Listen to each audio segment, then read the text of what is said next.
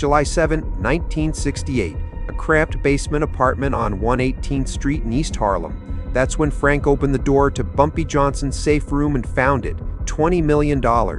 Not in bills, not in diamonds, in pure uncut heroin, 98% pharmaceutical grade, enough to supply the entire eastern seaboard for 2 years straight. The newspapers called it a discovery, the feds called it luck, the mob called it a death sentence. But what the world didn't know was that Frank had a plan nobody saw coming, a plan that would ignite a 10-year territorial war, a war that would reshape the entire architecture of organized crime in New York City. This is the story they buried in the footnotes. This is the story the Netflix documentaries got wrong. This is the untold history of how one man, a driver, a nobody, found a fortune and then decided to wage war against the most dangerous men alive. To understand what Frank discovered, you have to understand the empire he stumbled into. Bumpy Johnson wasn't just a drug dealer. By 1968, he was the last standing emperor of Harlem. For 40 years, he'd maneuvered between the Italian mafia, the Chinese tongs, and the street soldiers below him. He'd made peace. He'd made wars. He'd made money, so much money that even his competitors stopped counting. The French Connection had just collapsed. Lucky Luciano was dead. Meyer Lansky was on his way out. The old guard of organized crime was fracturing into pieces, and Bumpy Johnson sat at the center of it all, the invisible king of the black underworld. But in 1968, Bumpy was dying. Kidney failure, diabetes. 40 years of street life was catching up.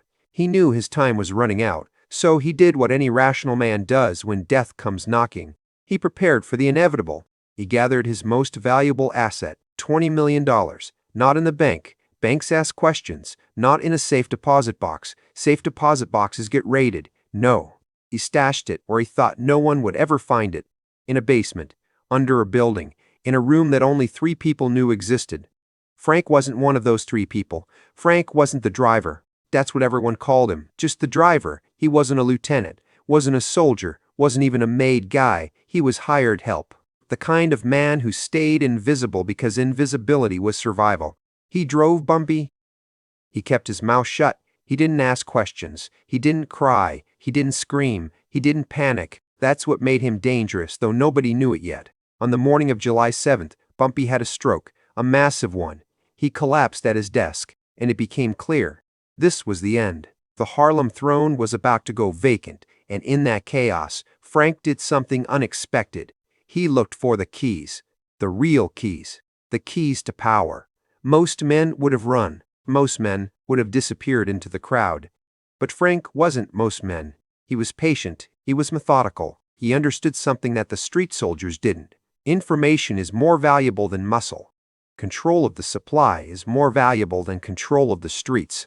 And Bumpy's secret stash wasn't just money. It was leverage. It was the blueprint to everything. When Frank found that basement, when he opened that safe, when he saw those bricks stacked floor to ceiling, that's when he realized the magnitude of what he was holding. Not just $20 million, the entire future of East Harlem. If you're already hooked on how Frank outsmarted the most dangerous men in New York, men who'd kill you for $100, let alone $20 million, hit that subscribe button right now. What happens next changed history forever. And trust me, you're not ready for how far he was willing to go. The problem with finding a fortune is that everyone immediately wants to take it from you.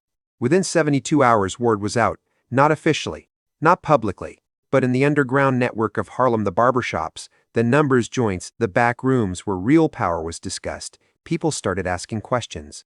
Where did Bumpy keep his real money? Who knew the location? Who had access? And most importantly, who found it first? The 5 families sent representatives, Italian guys in suits, cold eyes. They came to Bumpy's lieutenant, a man named Nicky, and laid it out simple. We know there's a stash. Bumpy's dead now. That money belongs to the commission. You hand it over, we guarantee your safety. You don't hand it over, we burn down everything you built.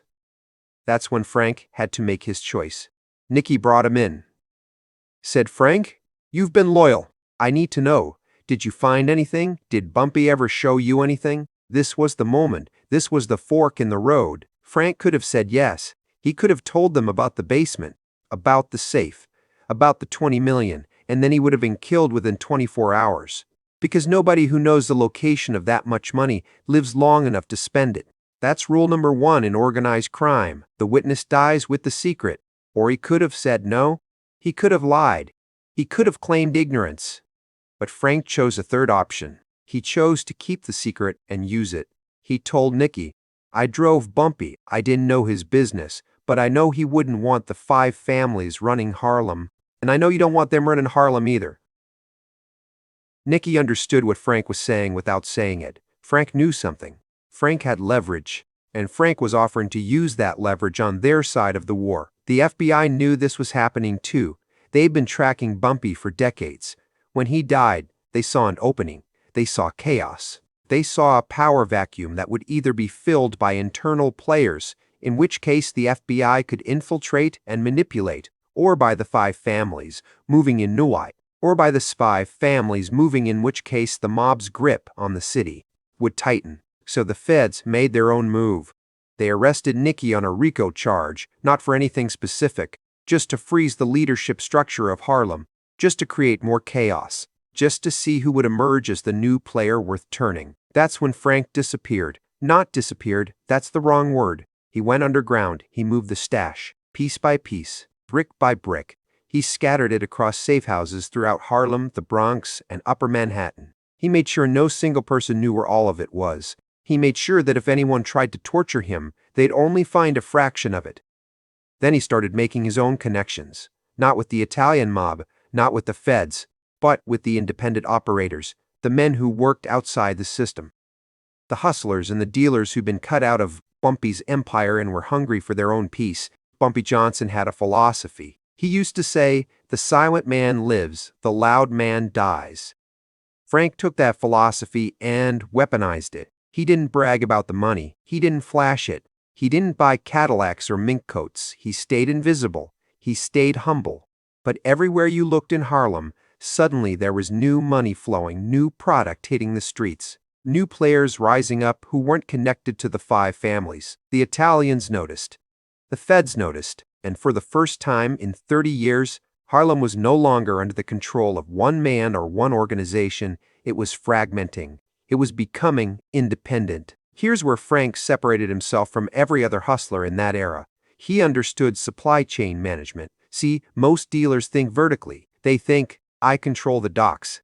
I control the importation. Therefore, I control the market." But Frank thought differently. He thought about distribution networks. He thought about redundancy. He thought about what would happen if one pipeline got shut down. So here's what he did with Bumpy's $20 million. He didn't keep it as cash. That's amateur hour. Cash can be seized. Cash can burn. Cash gets you arrested. Instead, he used the money to build 5 separate importation routes.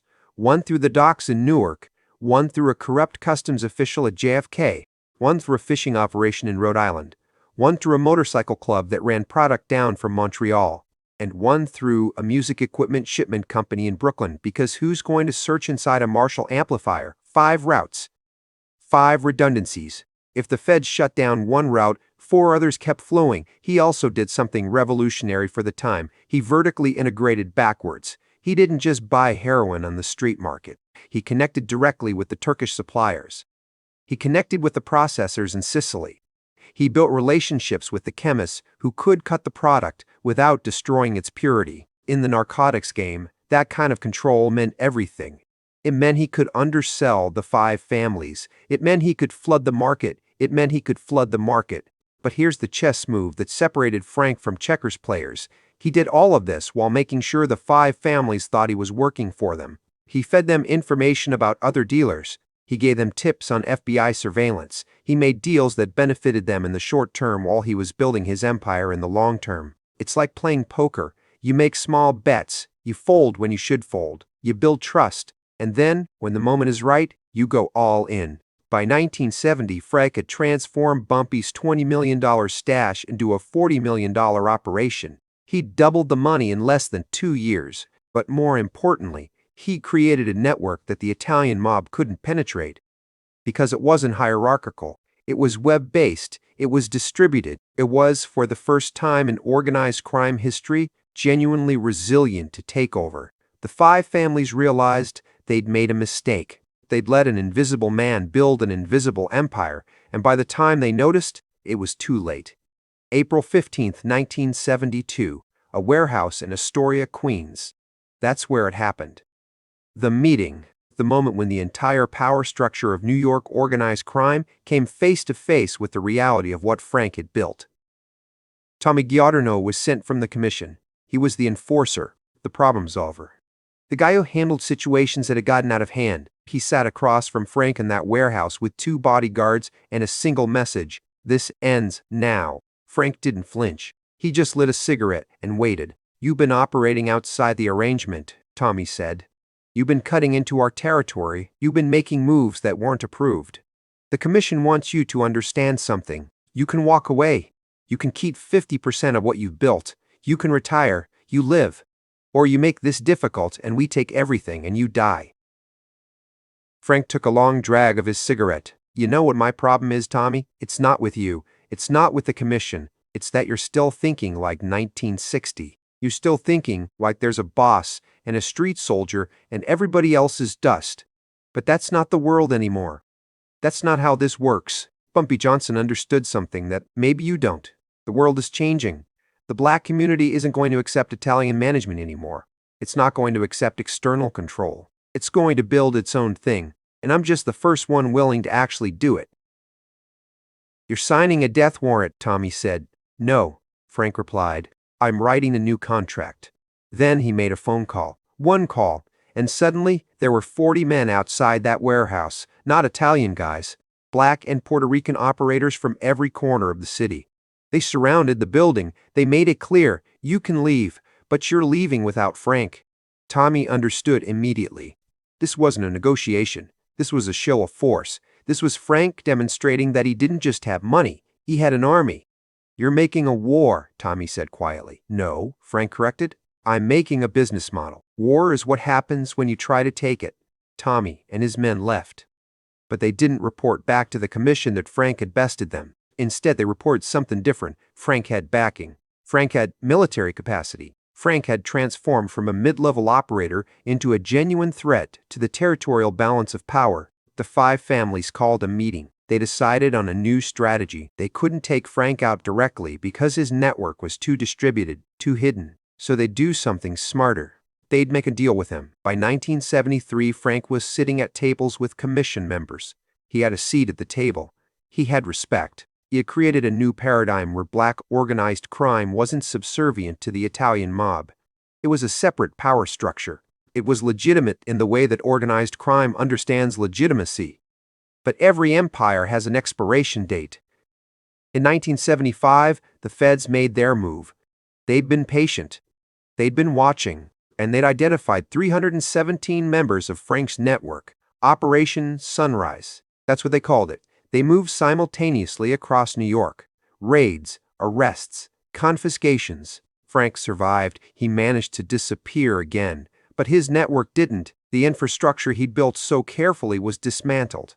The redundancy he'd created became liability. The web-based distribution system became evidence. He spent the next 5 years in exile.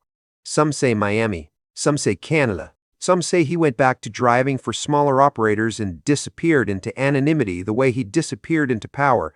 But here's what matters. Frank didn't just break the rules. He created new ones. For 7 years from 1968 to 1975, he lived like a god. He took a dead man's fortune and built an empire that changed the entire power structure of organized crime in America. He proved that one man, thinking differently, moving silently, could reshape empires. The history books don't mention him.